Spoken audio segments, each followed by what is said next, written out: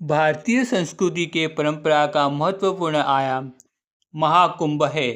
हर 6 वर्ष में अर्ध कुंभ का आयोजन होता है और हर 12 वर्ष में पूर्ण कुंभ का आयोजन होता है और एक 144 ईयर्स में महाकुंभ का आयोजन होता है। वास्तव में यह अद्भुत अवसर होता है जब ब्रह्मांड में सूर्य, बृहस्पति, चंद्रमा की एक विशेष ऐसी अवस्था होती है जिससे बड़ी सकारात्मक ऊर्जा उत्पन्न होती है और वह पृथ्वी पर विशेष स्थलों पर विशेष प्रभाव डालती है। इन सब की खोज हमारे प्राचीन ऋषियों ने ध्यान धारणा करके तुरीयावस्था में जाकर खोज निकाली थी, जिसको आज का विज्ञान भी मानता है। प्राचीन काल से यह मान्यता है कि गंगा स्नान से हमारे सारे पाप धुल जाते हैं, क्योंकि गंगा तट पर ही हिंदू संस्कृति का विस्तार और प्रसार हुआ। वह हमारे पूर्वजों को पालन पोषण करने वाली गंगा माँ है, जिससे ही हमारी संस्कृति बढ़ी। इस वजह से हमारे मन में उसके प्रति श्रद्धा भाव हमेशा ही रहा है।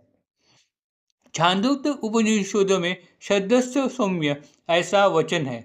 भगवद गीता में भी श्रद्धावान लभते ज्ञानम ऐसा कहा गया है। अगर मन पूर्ण श्रद्धा भाव हो तो कोई भी मन की इच्छा पूर्ण हो जाती है, जिससे अपने सारे पाप कर्म छोड़ दिए हैं और जो अपने पूर्व पापों के कर्म से पश्चाताप अग्नि में जल रहा हो, वह अगर ईश्वर भक्त बन के पूर्ण श्रद्धा भाव से गंगा स्नान करे तो वही श्रद्धा भाव से वो अपने सारे पापों से मुक्ति पा सकता है। किसी देवता के ऊपर या फिर साधु पुरुष पर या ग्रंथ, जल, स्थल पर जो मन की दृढ़ श्रद्धा भावना होती है, उससे ही अपेक्षित कामना सिद्ध हो जाती है।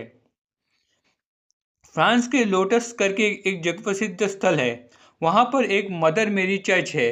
उसके सटीक एक तालाब है। लोगों की ये भावना है कि वहाँ पर स्नान करने से कोई भी दुर्धर बीमारियाँ ठीक हो जाती है। कई लोगों को इसका अनुभव भी आ गया है। इसकी वजह सशक्त लोगों की भावना ही है। लोर्ड्स के तालाब में डुबकी लगाने वाले पीड़ित अपने बीमारी से त्रस्त हुए होते हैं।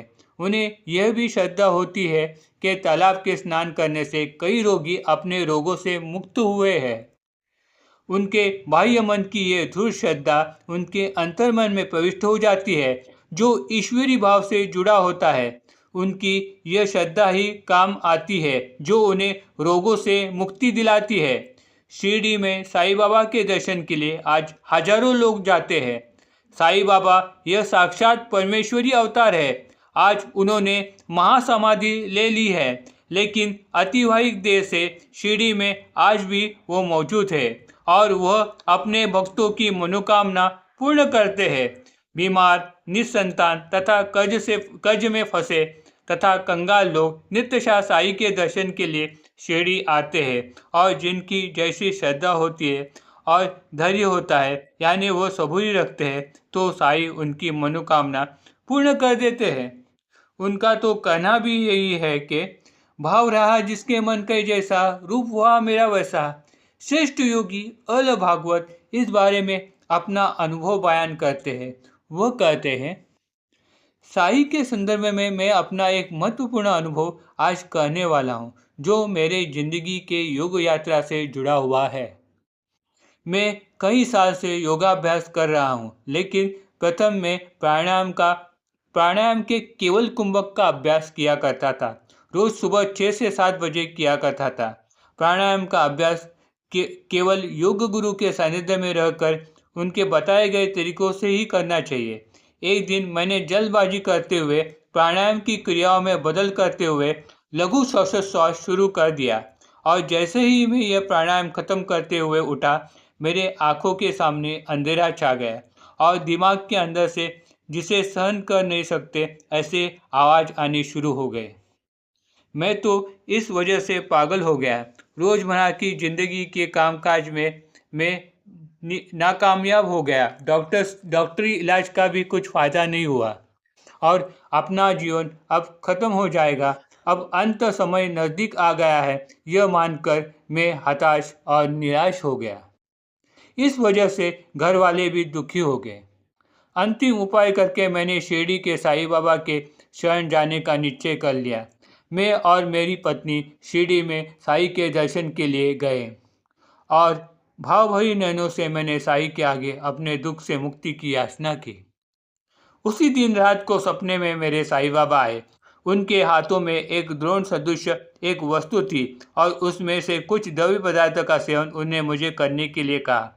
फिर एक गाली देकर फिर से ऐसा खेल मत करना, ऐसा उन्होंने कहा। सुबह मैं उठा वही अपने व्याधि से मुक्त होकर। फिर आगे चलकर जिंदगी में मुझे उस तरह की तकलीफ कभी नहीं हुई।